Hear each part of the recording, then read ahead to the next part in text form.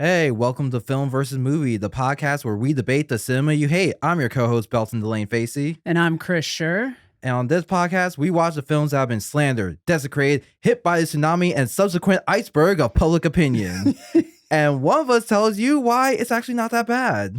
And that would be Belton. And today I will be covering why Titanic II is a giant stinkeroo. Yeah, and so if you heard that, you're probably thinking to yourself, how did I not know there's a sequel to the fourth highest grossing movie of all time? And to that, we say there isn't. Yep, it's not a sequel. It's not related to the movie Titanic at all. And I'm pretty sure if they tried to make it that way, there would have been a big lawsuit about it. Because that's the thing. You can't copyright Titanic, the concept, but you can copyright Titanic as a movie title. Yes, you can. And Chris, would you like to talk about Titanic II? Oh, okay. Well, I'm going to start off with a little notes on the first Titanic, the ship. Mm-hmm. Okay, so the Titanic, in case you didn't know, the keel was laid down in 1909 with construction finishing in 1911 when it was launched. Deemed the unsinkable ship due to the use of watertight compartments in the hull. First-class accommodations were akin to a 5-star hotel. They featured swimming pools, squash court, a Turkish bath, 3 restaurants, plus a dining room. The maiden voyage began on April 10th, 1912 from Southampton, captained by Edward John Smith. It stopped in Cherbourg in France and then Cork Harbor in Ireland. During the voyage across the Atlantic, the captain was warned of drifting icebergs, but the warning was ignored. At 11:40 p.m. on April 14th, the Titanic struck an iceberg, denting the hull that led to the hull buckling. As the boat dipped due to water weight, the water spread through the compartments and the ship was doomed. The ship only had enough accommodations for half the passengers in the event of sinking. Between 1,490 and 1,635 people died as a result of the sinking. Also, sweeping changes were made to maritime regulations regarding safety. The sinking of the Titanic led to the production of 42 movies. According to Wikipedia, Titanic II is not one of those. yeah, completely unrelated. Yeah. Also, so an Australian billionaire did try to make Titanic 2 in a very similar way to the plot of this movie. Yeah, I was reading that his name is Clive Palmer. He announced his project in 2012, which is 2 years after Titanic 2, the movie, came out. The more you read on it, the more it just seems like an eccentric billionaire just doing fuck knows what with his money. Because I mean, he used it to start this this cruising company called Blue Star Line, which the company that ran the original Titanic was White Star Line. Yep. And as of April of this year, there's been no updates on this project for 5 years. Well, I read somewhere that it was all kind of a publicity thing because right after he announced it, he ran for federal office in Australia. Yeah, it definitely felt like that. It was also supposed to be like a flagship liner for Blue Star Line. And like, honestly, the more you read about this guy, the more I feel like he would be an interesting movie character. Not one you root for, but one you would be entertained by.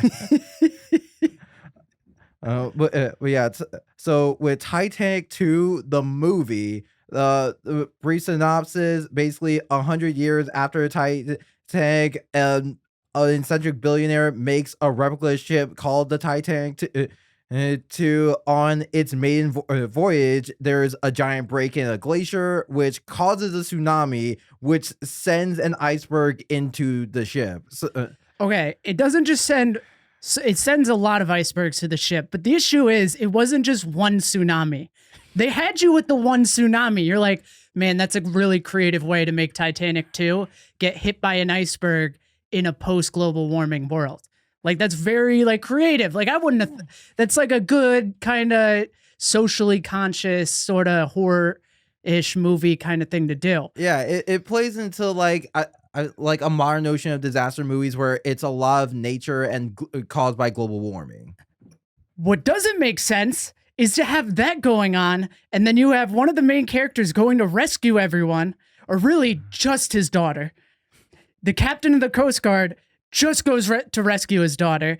And then on the way there, they're like, oh no, another part of the iceberg is breaking off, but this time the tsunami will be bigger. Threw that out there. At one point, I'm sorry, this is like some of the crazy. Can I go over the plot in a little more detail? Yeah. So after they're like, oh no, the second iceberg broke apart and there's a second tsunami coming. They're like, okay, well, we have to do aerial refueling in our helicopter. And they're like, all right, well, what should we do? And they're like, I don't know. Why don't we fly the plane 50 feet from the water so we end up getting caught in the wave that we have to pull out of at the last minute, but it crushes the plane. The wave crushes the plane after they specifically said it wasn't big enough to crest the surface of the water because it was a tsunami. It wasn't a tidal wave. Just throwing that out there. Look, all right. We can get into the specifics of like all these plot points in a bit. Just some history on the production of this. So this was produced by a company called The Asylum, which strictly makes straight to video or straight to TV movies. Their best known work is the Sharknado series. To give an idea of their work, and they are self-proclaimed mockbuster factory, which a mockbuster is essentially those DVDs in the bargain bin where you look at them and go, this is clearly for parents who get their kid the wrong thing on their birthday. Yeah, they do all the sci-fi movies. Yeah, and so a lot of their movies are also just kind of, I guess, their version of popular movies, just essentially using the other movies' popularity to promote these movies. Some titles they've made include Transmorphers, Fast and Fierce, Atlantic Rim, Lord of the Elves, Paranormal Entity, and my personal favorite title, Snakes on a Train. Like they just Dr. Seuss the title of an already popular movie. Dude, snakes on the train, stop the train and just get off. It's not the plane. Like, they can leave. Yeah, I don't know. I feel like these guys watch Speed 2, where it's like instead of a bus on a highway, it's just a boat in the middle of the ocean. They're like, why didn't we think of that?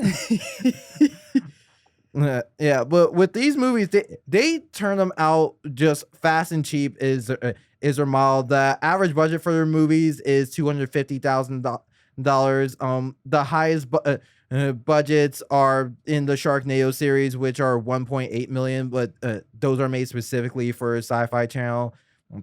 According to two sources I found, the budget for Titanic II was about $500,000.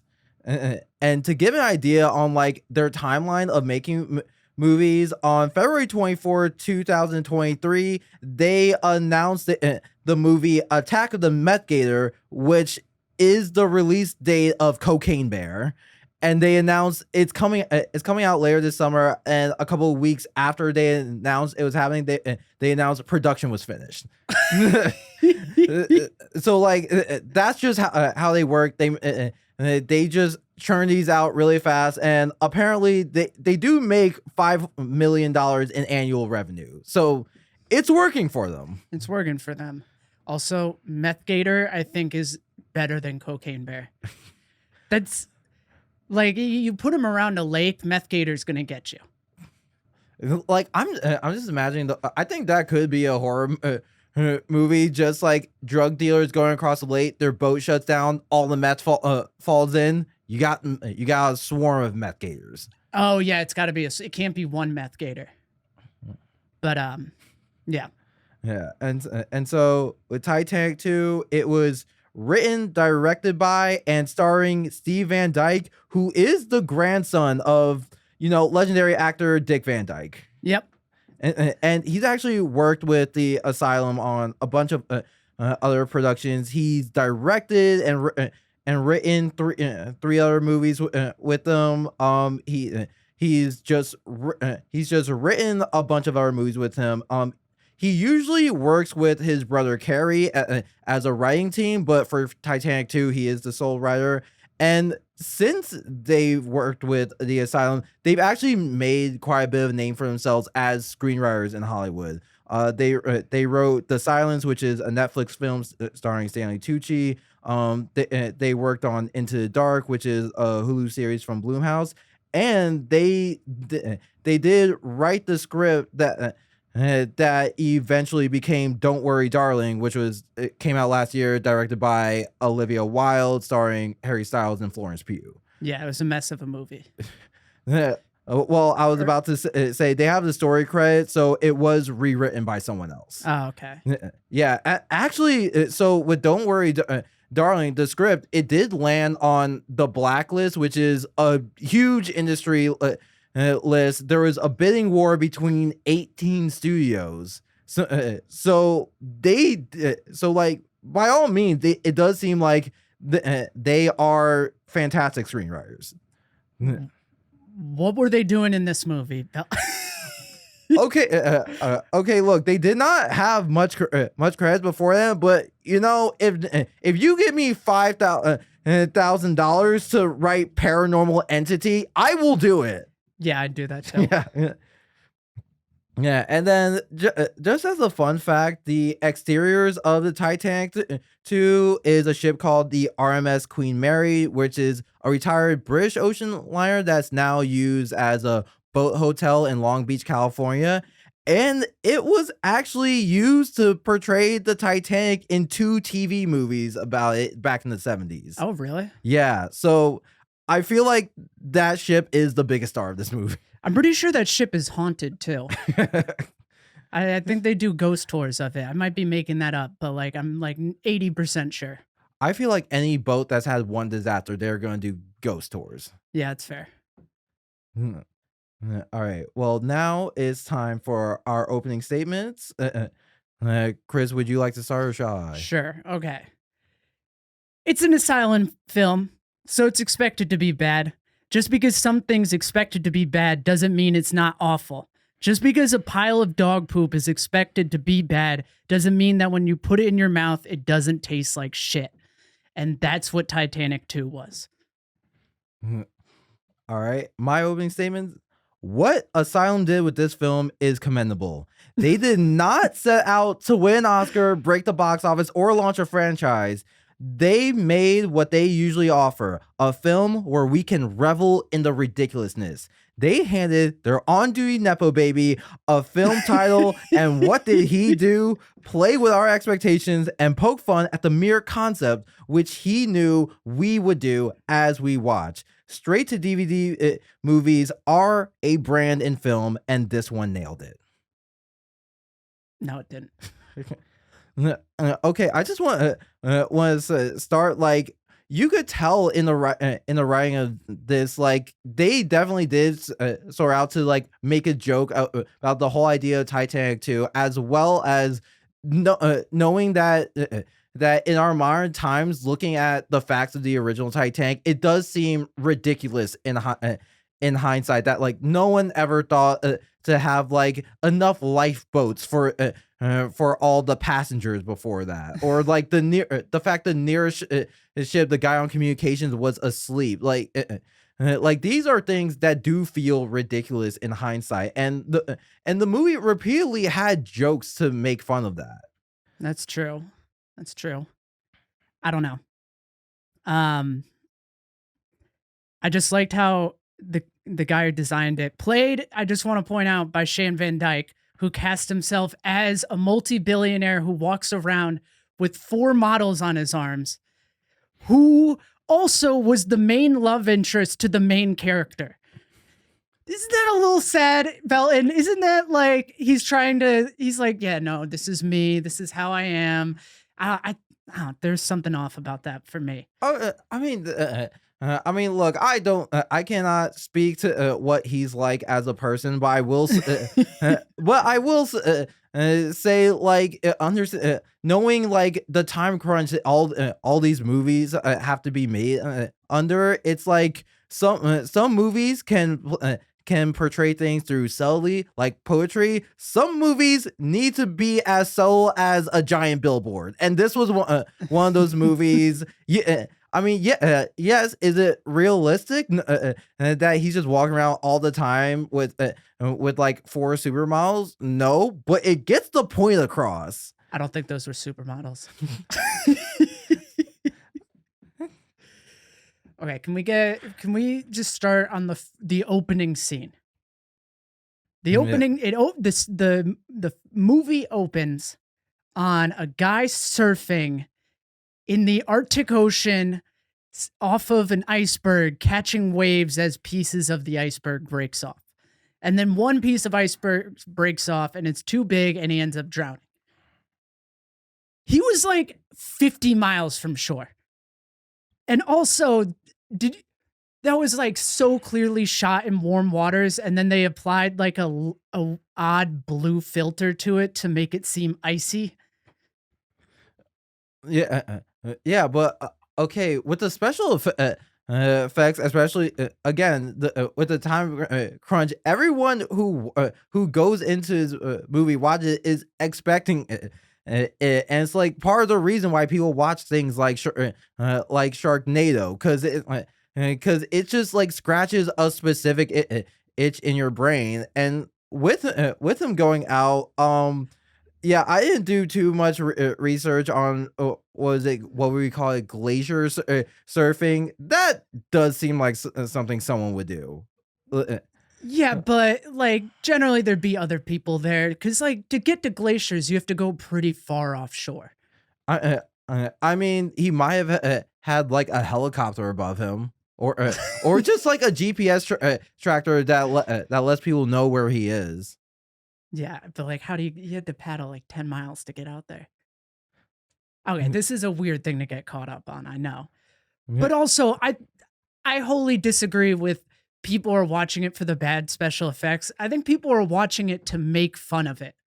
They're watching it because it's a bad movie and they like to acknowledge that fact. The Asylum specific brand of bad movie is an art in itself, because like movies they have to know people are going in with a specific purpose. Like Schindler's List is a great movie. You wouldn't watch that to have a good time because that's not the purpose of the film. So and with like quote unquote bad movies, is like they have to be this specific brand and style to be in the it's so bad it's good category, because it does have to have some excitement to it. No, I might disagree. I think when it falls into it's so bad it's good, it's because it's so bad you can laugh at it nonstop. People don't watch The Room because it's so bad it's good. They watch it because they're hanging out with their friends and they just make fun of it the whole time. Okay, but there are also movies that are just bad because they're boring.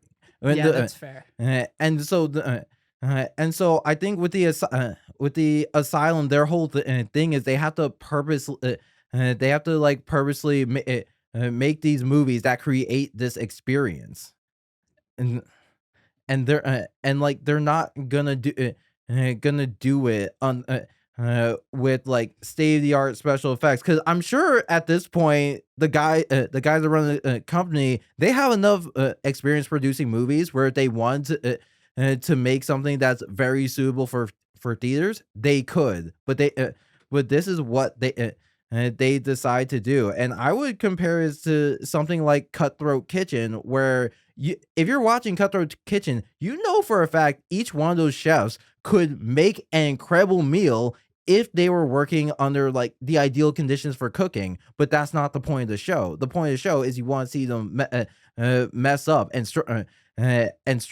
because that's the enjoyment of it. Got a question for you. If they remade Titanic 2 and dumped $100 million into it to make it just not change anything about it. It's the same plot, all the same dialogue, same actors. But they just took the graphics and made it up to like a movie level production. Would that make it a good movie? No. Yeah, when it's a terrible movie. like but that's why that's why I'm saying like making it if you made the special effects on par with like Avatar, it would not. It would actually be kind of like off brand, off tone with the rest of it. Yeah, I guess so. But nonetheless, I still don't think that just because it's enjoyable to watch it because it's so bad that you want to make fun of it makes it a good movie as directly as a result of the fact that that's what the genre calls for. I think it's still a bad movie on that premise. Uh, okay, well, I again, I think if you're making a movie with a purpose and it hits that purpose, then you succeeded. Yeah, but Yeah. that just because you succeed in hitting your purpose doesn't mean it's good. Mm, okay, okay. So moving on from the special effects, like again with like the cutthroat kitchen comparison, like I think writing wise, it hit the plot points it needed to follow along, and actually like did did a good job of knowing like, okay, this is how we raise the stakes and keep putting new obstacles in the way. Okay, the second tsunami. Did they really need the second tsunami? I think to go along with the disaster genre, yeah, yeah, because in disaster movies, it's like these continuing these disasters that drive the plot, isn't it? It's not so. If you hit one tsunami, then you just have to. It's just everyone recovering from the ship. Which they also add like these small obstacles, like the open wire in water, the door that wouldn't open. They but adding the second tsunami just lets the audience know, hey, you thought things were tough. Now things are going to get tougher, and like that's kind of a basic thing to keep the audience engaged. That's fair, but also there's like a lot of other ways you can do that than just adding a second of the first problem. Mm, You could have had catastrophic damage to the ships that damaged the lifeboats. You could have done a lot of things, but instead you did the exact same thing twice. I mean, they did do all that stuff, and if I if I remember what movie was it, I think it was like Deep Impact that did do something something similar to that. So it's like after the meteor hit, like the astronauts still had something to do. Because again, I think if the movie was focused solely on the captain of the ship and his love interest, then we could have had a story similar to the movie Titanic, where we're just following two characters trying to get off a ship for an hour. But it included this other storyline, and essentially, if there's no second tsunami, they don't have anything to do, and like that's half the movie lost right there. Yeah, I think they could have just done something different. I mean, it is a sci-fi movie that you can literally do anything. Y Oh, anything within reason. I mean, they couldn't, like, throw in the tsunami, subsequent iceberg, and then just have aliens, invade. You could have had the ship roll.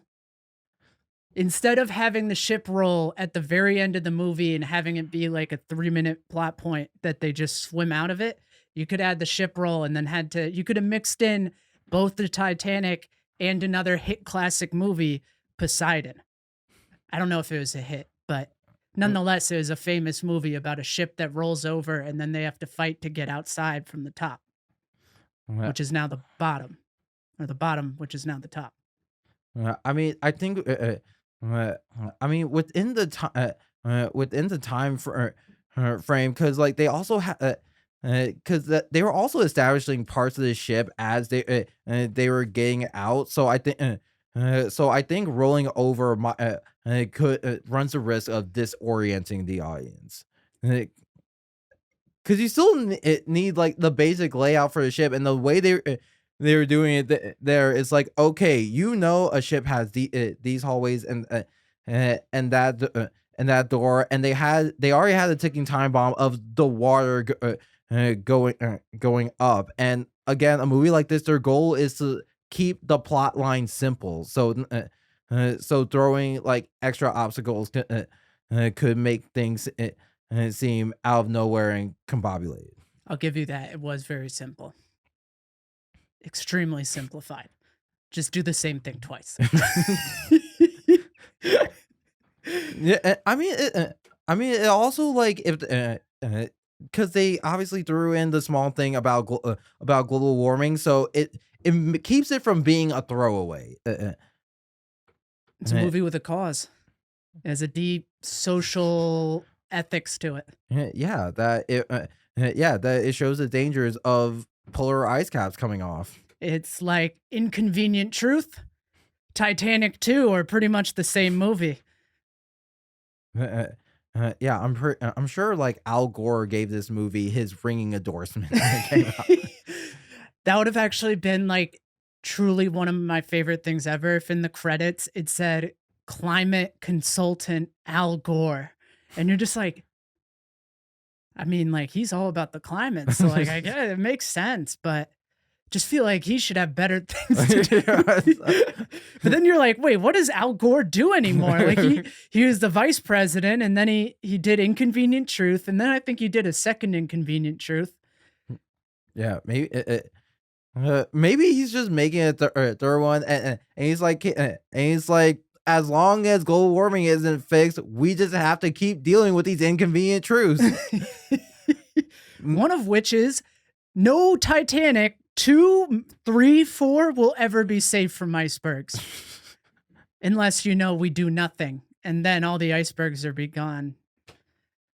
So as far as the Titanic goes, like less icebergs after they're gone would be a good thing. I don't know.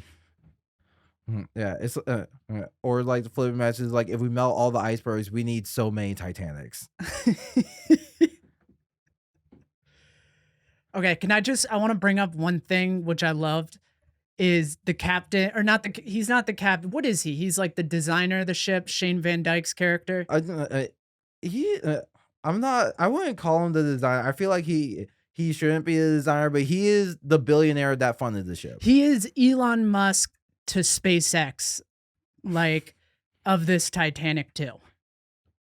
Which I don't know how much Elon Musk actually does in designing spaceships. But like when you're like, oh, who made all the spaceships for SpaceX? You'd be like, oh, I guess Elon Musk. Yeah, and I think that is one of the things that the movie definitely got right with his commentary. Like, especially considering 2 years later there was an actual billionaire that did this. Is that like it did capture like the eccentricism of billionaires and the ego that comes with it. That's fair. It did do a good job of that. I love the fact that people keep being like, man, this seems like a bad idea. And every single time he's like, outside's all the same, but the guts are new. Oh yeah, we got good guts on this boat. And he just like keeps saying that. Anytime someone's like, well, isn't this kind of in bad taste? And he's like, outside of the boat's just the same. Guts are different on the inside. It's not going to happen again. Yeah, yeah. Oh yeah, that was like one of my favorite jokes because like it's definitely ringing true. Like especially now that we live in a space where it's like billionaires are making decisions that affect other people, and it's clear to everyone else that it's bad. It does kind of feel like how people celebrate the Truman Show because. It came out way before social media, before the boom of reality TV, and as the years pass, it just becomes more and more relevant. I think they missed out on some good commentary. So, like when the Titanic sank, the Titanic was rated for 3 compartments could be full of water and it would still float. But when it hit the iceberg, 5 compartments flooded. And so I wish so badly, this is what I wanted for the movie once I did all my research on the Titanic, was when they're like, oh no, a tsunami's coming. I just wish she had been like, well, we're rated for one tsunami. And then they get another call and they're like, a second tsunami's coming. And he's like, oh, we're fucked. Yeah, no, because I do think yeah, I do think they did want to make the billionaire dumb because I'm pretty sure at some point in the movie they have a visual image of the damage and it actually did take less damage than the original Titanic. Which like I do wish they had pointed that out because it's like wow you didn't even live up to the first one. Yeah. Well, also, this has kind of got me too. Is it like if you remade the Titanic completely the same on the outside, it would be a relatively small cruise ship. Cruise ships are absolutely massive nowadays. Oh yeah, and it would be like, it wouldn't get much. You'd be like, oh, okay, well, it's the Titanic. That's cool and all. But like, I'm going to go on the Queen Mary too, because they have like 15 water slides. And I can just send my kid down them and then go drink by the pool for the rest of the day. yeah, and I do think they did kind of like capture that essence because when they like showed shots of the ship, they didn't do a whole lot to make it feel grand and scale when you're going through it, and they did have the sense that like.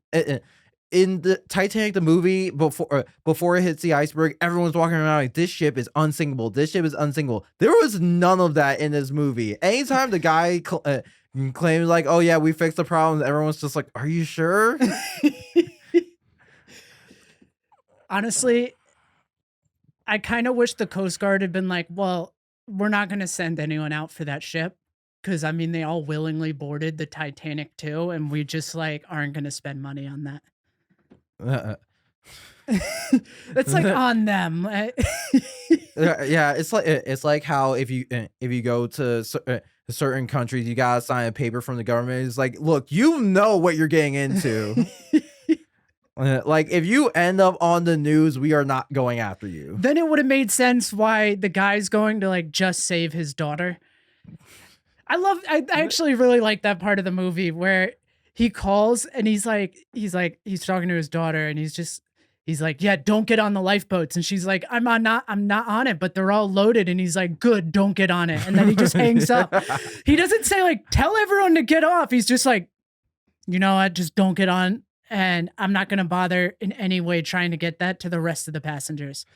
Well, I mean, their relationship is kind of the heart of the movie. It's kind of it's a big reason to care, but I do think some of the writing like falls back to like the amusement of this production company is everyone's working on a shorter time frame than they should because a lot of the plot, a lot of stuff in this movie is like they clearly intended to do another revision on the draft of the script, but they just did not have the chance to.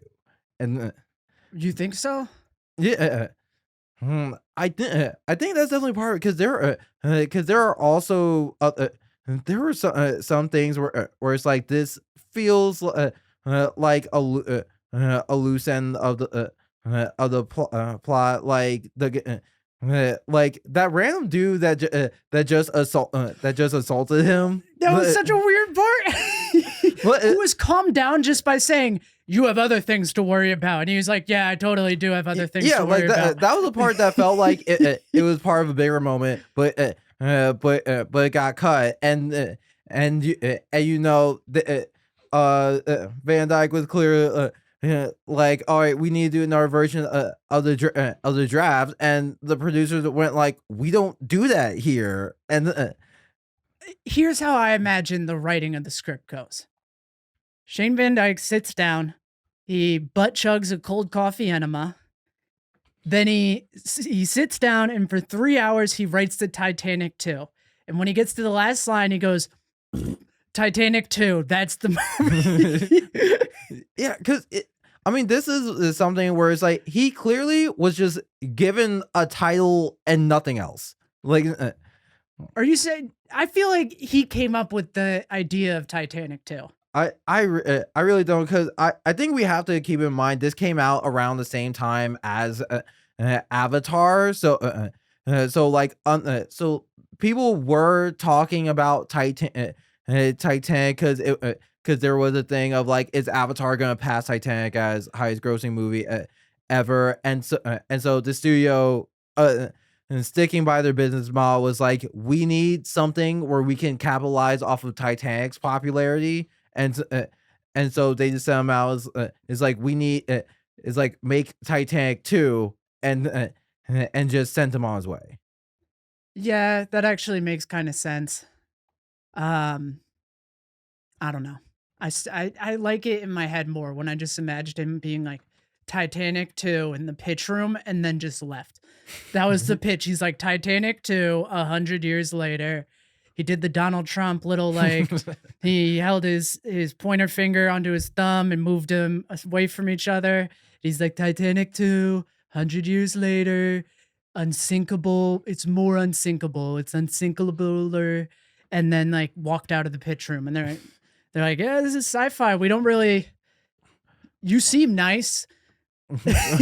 Well, I'm sure he has to pitch the plot line and everything, but like, I do imagine when the producers initially contacted him, they were just like, we want Titanic 2. It's because I mean, it is common in Hollywood to basically be like, we want to make a movie based off of this IP, and then have a bunch of writers pitch their ideas. Like, that is a common thing. They're open writing assignments. Do you think other people pitch Titanic too? I would imagine so. I mean, I imagine this production company has like at least a handful, maybe dozen writers that they regularly go to. And this was the best one. I mean, I do want to hear just all the other pitches for Titanic too. Me too, so badly. Like Titanic 2, Titanic, but it flies. And then I don't know, they hit like a regular plane. Titanic 2, Titanic in space. They're going around, they brush up against an asteroid, and they do the space equivalent of sinking, which I guess is just like implode. Or it's just like, it's the reverse of Speed. Titanic 2 is just a bus, and then it gets a flat tire while it's on the highway. The entire movie would actually just be a commercial for AAA. Do you think they should get sponsors for these movies?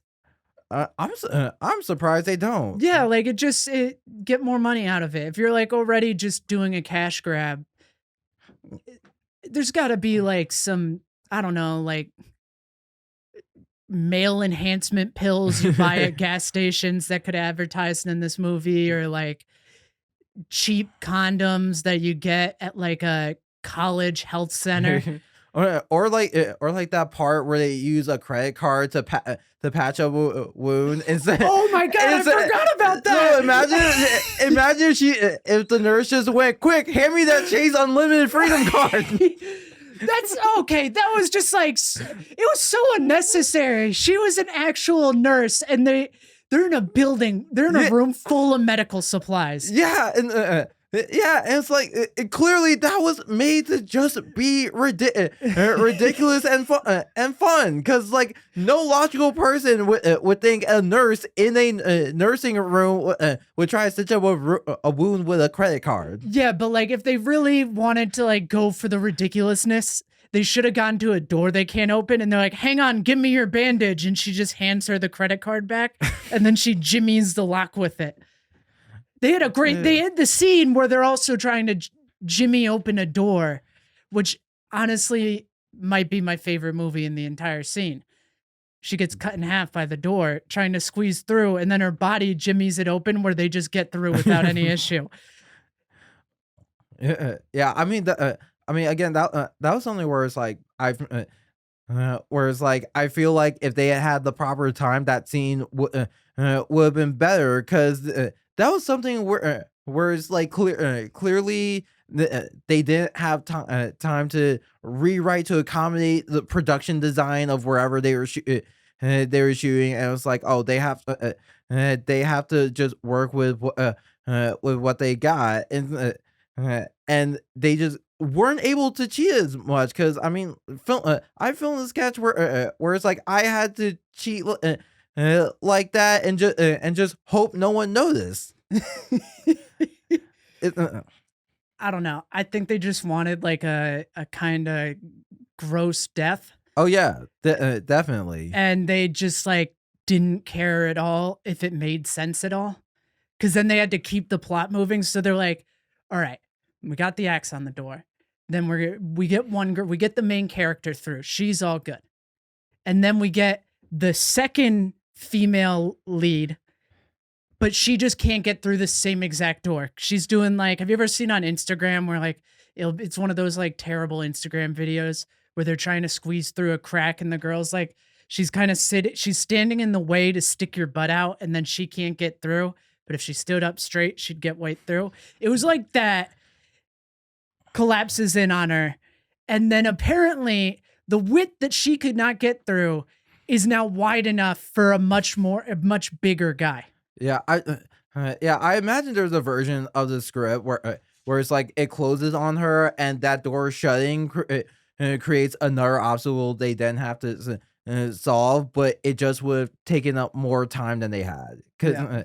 because this was made for TV movies, which means they were strict on the time frame they had. Oh, really? Is that how Made for TV works? Well, yeah, because you have to fit a specific time slot. Oh, okay. That makes sense. I mean, now with streaming, it doesn't Well, I matter. kind of figured something somewhere like sci-fi just kind of accommodates whatever they put into that, in the sense that like what else has sci-fi got going on? These sci-fi movies are like their biggest hits. So if you wanted to make an extra 45 minutes of Titanic 2, I feel like sci-fi wouldn't be like, but we've got so much other good programming going on. So I believe Titanic 2 at the time it was made, Sci-Fi hadn't bought it yet. So it's Oh, something like where it's like they made it, and this production company has a good relationship with Sci-Fi and channel and sold it afterwards. oh, I thought they just were like essentially a production house for sci-fi. No, they're officially like because some of their movies go straight to video, and so that's why they really got into the mockbuster genre because like then their DVDs end up next to the movies they were mocking. Oh, okay. Um, yeah. Also, they really did like a lot of fan service in that movie, in the sense that it kind of felt like a 14-year-old boy was operating the camera in some points. Cause they'll do like the very slow pan up over the girl's ass, kind of pause, go up to their faces. Which like I get it. It's the genre where you're gonna get asses, but also like it was pretty egregious at points. I mean, yeah, I mean, yes, I would agree. It's egregious, and we can get into a discussion about the male gaze in cinema. I would also like to point out that this came out in 2010, and if you want to talk about like all that stuff in early 2000s movies, yes, it's bad, but also. Any producer at the time would be like, "This is what sells." Yeah, that's fair. This is actually pretty tame for a 2010s movie. Oh, yeah. The other thing is, I kind of wanted all the characters to die. That's just how I felt about every single character. Is I just wanted them all to die. You can't kill every character, or else death just doesn't have meaning. Yeah, Uh, but I didn't care about the characters at all. So death had no meaning either. I was just like, all right, we won't be seeing them. I wasn't like, oh no, nurse number 2. Because to this day, I can't tell you a single one of the characters' names. all right, nurse number two. Her name was Kelly. Okay. Here's the names I have written down because I did a little synopsis. I'm just looking at the cast list I copy and pasted from Wikipedia. I can't pretend I'm better. So you have Dick Van Dyke's grandson, who I also think it was a travesty that he wasn't named another D name, like Danny Van Dyke or Demetrius Van Dyke. Like it could have become a family kind of. We're the D name family. That's so for the Coast Guard captain, I called him Captain Silver Fox Zaddy. And those are the only two names that I gave to people because everyone else is so forgettable. You didn't even get Amy, the love interest and kind of the main character. No, forgot her name. She was just the main character. She was pretty forgettable too. Like, what was going on in her life that she had to get on the boat? She was like, me and my dad agree that it was very good for me to get on the boat because something was going on in my life, but I'm forgetting what it was. So the main thing we know about her is that she and Shane Van Dyke's character Hayden Walsh, they had a thing going on that abruptly ended. Is that what spurred him? They're like, hey, I know you just broke up with this guy, but to get away from all that stress, you should go on his boat and work. I got the implication that that it was something they agreed upon when they were on better terms, and so she was stuck with it. No, from what I remember, the dad told her that she should do this. The dad was like, you should go on the Titanic II to get away from the situation going on in your life. But maybe I just like made that up in my head because, as I said, I don't remember a ton from the plot. I don't know. I guess they were just trying to like create mystery around her character. All right. Yeah, that's all mine. I hit every single negative thing I felt about that movie. All right. Well, then now it's time for our concessions. This is where I get three things I didn't like about the movie, and Chris gives three things she did like. So first thing, like going off of that, they should have given the two main characters more of a backstory. Because like it's clear their relationship is important, and if they just like defined it better at the beginning, I think all the scenes where they are forced to be with each other, and it's a big plot point that he abandons all the boats to go save her. So I think understanding at that point would have done the movie a much better service. One positive thing, I'll admit, it was fun to watch. It was fun to make fun of. It was fun to watch. It wasn't the worst 2 hours I've ever spent in my life. I had a good time watching it with Belton and laughing at how stupid it was. See, because it hit its goal. Yeah, but it's fun to watch because it's bad. But I'll admit, it's fun. You got me there. Like it was fun to watch with you. Another thing I didn't like about it, the editing definitely felt sloppy at times, because I think when we were watching it, I pointed out specifically during any phone conversation, it's they left this weird gap between when they cut to the person they're talking to and when that person started talking, which like I do feel like in editing room, it's easy to just snip that part off so it feels like they're actually talking and responding to each other. Captain Silver Fox Zaddy was a solid performance. It was a solid performance. I'm blanking on the guy's name, and I'm blanking. I think he was in Captain America: Winter Soldier. He was in, or no, he was in one of the X-Men movies. He was a senator in one of the X-Men movies. Yeah. He's actually been in stuff. He was like the bright spot when it came to acting. He actually like pulled a little weight. Yeah, his name is Bruce Davison. Bruce Davidson. Yeah, I would say he was definitely the best actor in the movie, and he did most of it just in the same room, which which good for him not having to do much action. Yep. All right, and my last negative, the ending felt incomplete because it just ends with Shane Van Dyke's character just dying, and then it cuts to credits. Uh, like it's something where it's like usually that is only meaningful because of how it affects other people, and it's like we just need a bit of an epilogue to show like the aftermath of Titanic 2 sinking. Well, it's just like 4 people lived. That was the aftermath. It was just like she's gonna be kind of sad that that guy's dead. Also, could you imagine getting like your ex-boyfriend like sacrifices himself to save you? Because you're just like, now what do I do? You're like, am I supposed to be that sad? You're like, do I hadn't seen you in like 5 years, and then I run into you and you like sacrifice yourself for me, which honestly I didn't want. It does make it a lot harder to talk shit about him to your friends.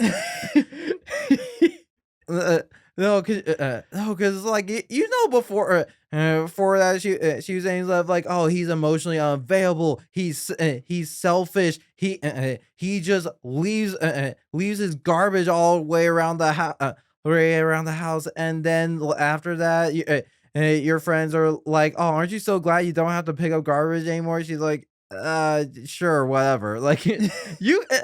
Like you can't shit talk an ex that gave up their life for you.